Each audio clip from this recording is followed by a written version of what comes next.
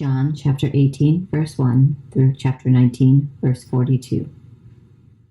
After he said these things, Jesus went out with his disciples and crossed over to the other side of the Kidron Valley. He and his disciples entered a garden there. Judas, his betrayer, also knew the place because Jesus often gathered there with his disciples. Judas brought a company of soldiers and some guards from the chief priests and Pharisees. They came there carrying lanterns, torches, and weapons. Jesus knew everything that was to happen to him, so he went out and asked, "Who are you looking for?" Jesus the Nazarene. "I am." Judas, his betrayer, was standing with them. When he said, "I am," they shrank back and fell to the ground. He asked them again, Jesus the Nazarene. "I told you, I am. If you are looking for me, then let these people go." This was so that the word he had spoken might be fulfilled. I didn't lose any one of those whom you gave me.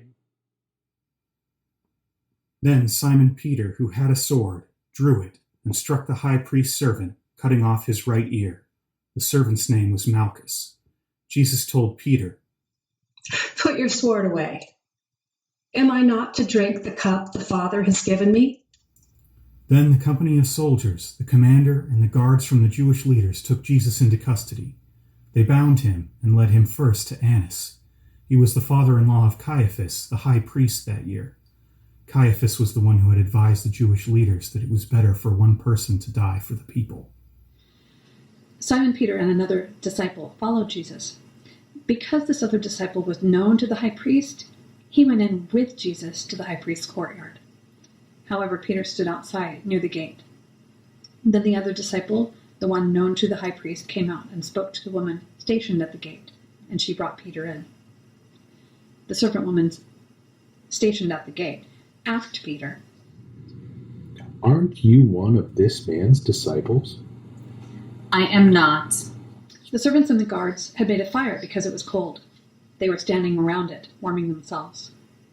Peter joined them there, standing by the fire and warming himself. Meanwhile, the chief priests questioned Jesus about his disciples and his teaching. Jesus answered, "I've spoken openly to the world. I've always taught in synagogues and in the temple where all the Jews gather. I've said nothing in private. Why ask me? Ask those who heard what I told them. They know what I said." After Jesus spoke, one of the guards standing there slapped Jesus in the face. Is that how you would answer the high priest? "If I speak wrongly, testify about what was wrong. But if I speak correctly, why do you strike me?" Then Annas sent him, bound, to Caiaphas the high priest. Meanwhile, Simon Peter was still standing with the guards, warming himself. Aren't you one of his disciples? Peter denied it, saying, "I am not." A servant of the high priest, a relative of the one whose ear Peter had cut off, said to him, "Didn't I see you in the garden with him?" Peter denied it, and immediately a rooster crowed. The Jewish leaders led Jesus from Caiaphas to the Roman governor's palace. It was early in the morning, so that they could eat the Passover. The Jewish leaders wouldn't enter the palace. Entering the palace would have made them ritually impure. So Pilate went out to them and asked, What charge do you bring against this man? If he had done nothing wrong, we wouldn't have handed him over to you. Take him yourselves and judge him according to your law. The law does not allow us to kill anyone. This was so that Jesus' word might be fulfilled when he indicated how he was going to die. Pilate went back into the palace. He summoned Jesus and asked, Are you the king of the Jews?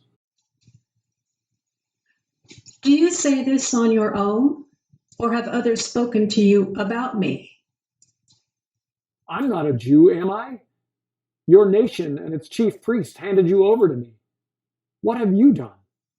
My kingdom doesn't originate from this world. If it did, my guards would fight so that I wouldn't have been arrested by the Jewish leaders. My kingdom isn't from here. So you are a king. You say that I am a king. I was born and came into the world for this reason, to testify to the truth.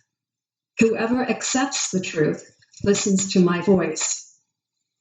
What is truth? After Pilate said this, he returned to the Jewish leaders and said, I find no grounds for any charge against him. You have a custom that I release one prisoner for you at Passover. Do you want me to release for you the King of the Jews? Not this man. Give us Barabbas. Then Pilate had Jesus taken and whipped. The soldiers twisted together a crown of thorns and put it on his head and dressed him in a purple robe. Over and over they went up to him and said, Greetings, King of the Jews. And they slapped him in the face. Pilate came out of the palace again and said to the Jewish leaders, Look, I'm bringing him out to you to let you know that I find no grounds for a charge against him. When Jesus came out wearing the crown of thorns and the purple robe, Pilate said to them, Here's the man. When the chief priests and their deputies saw him, they shouted, Crucify! Crucify! Crucify! Crucify! Crucify! Crucify! Crucify! You take him and crucify him. I don't find any grounds for a charge against him. We have a law, and according to the law, he ought to die, because he made himself out to be God's son. When Pilate heard this word, he was even more afraid. He went back into the residence and spoke to Jesus. Where are you from? Jesus didn't answer, so Pilate said, You won't speak to me? Don't you know that I have authority to release you and also to crucify you? Crucify! You would have no authority over me if it had not been given to you from above.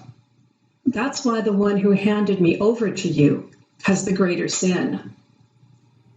From that moment on, Pilate wanted to release Jesus. However, the Jewish leaders cried out, saying, If you release this man, you aren't a friend of the emperor. Anyone who makes himself out to be a king opposes the emperor. When Pilate heard these words, he led Jesus out and seated him on the judge's bench at the palace called Stone Pavement, in Aramaic Gabbatha. It was about noon on the preparation day for the Passover. Pilate said to the Jewish leaders, Here is your king. Take him away. Take him away. Crucify him. Crucify! What? Do you want me to crucify your king? We have no king except the emperor. Then Pilate handed Jesus over to be crucified. The soldiers took Jesus prisoner. Carrying his cross by himself, he went out to a place called Skull Place, in Aramaic Golgotha. That's where they crucified him, and two others with him, one on each side and Jesus in the middle. Pilate had a public notice written and posted on the cross. It read, Jesus the Nazarene, King of the Jews. Many of the Jews read this sign, for the place where Jesus was crucified was near the city, and it was written in Aramaic, Latin, and Greek. Therefore, the Jewish chief priests complained to Pilate. Don't write the King of the Jews. But this man said, I am the King of the Jews. What I have written, I have written. When the soldiers crucified Jesus, they took his clothes and his sandals and divided them into 4 shares, one for each soldier. His shirt was seamless, woven as one piece from the top to the bottom. They said to each other, Let's not tear it. Let's cast lots to see who gets it. This was to fulfill the scripture. They divided my clothes among themselves, and they cast lots for my clothing. That's what the soldiers did. Jesus' mother and his mother's sister, Mary, the wife of Clopas, and Mary Magdalene, stood near the cross. When Jesus saw his mother and the disciple whom he loved standing nearby, he said to his mother, Woman, here is your son. Then he said to the disciple, Here is your mother. And from that time on, this disciple took her into his home. After this, knowing that everything was already completed in order to fulfill the scripture, Jesus said, I am thirsty. A jar full of sour wine was nearby, so the soldiers soaked a sponge in it, placed it on a hyssop branch, and held it up to his lips. When he had received the sour wine, Jesus said, It is completed. Bowing his head, he gave up his life. It was preparation day. And the Jewish leaders didn't want the bodies to remain on the cross on the Sabbath, especially since that Sabbath was an important day. So they asked Pilate to have the legs of those crucified broken and the bodies taken down. Therefore, the soldiers came and broke the legs of the two men who were crucified with Jesus. When they came to Jesus, they saw that he was already dead, so they didn't break his legs. However, one of the soldiers pierced his side with a spear, and immediately blood and water came out. The one who saw this has testified, and his testimony is true. He knows that he speaks the truth, and he has testified so that you also can believe. These things happened to fulfill the scripture. They won't break any of his bones. And another scripture says, They will look at him whom they have pierced. After this, Joseph of Arimathea asked Pilate if he could take away the body of Jesus. Joseph was a disciple of Jesus, but a secret one because he feared the Jewish authorities. Pilate gave him permission, so he came and took the body away. Nicodemus, the one who at first had come to Jesus at night, was there too. He brought a mixture of myrrh and aloe, nearly 75 pounds in all.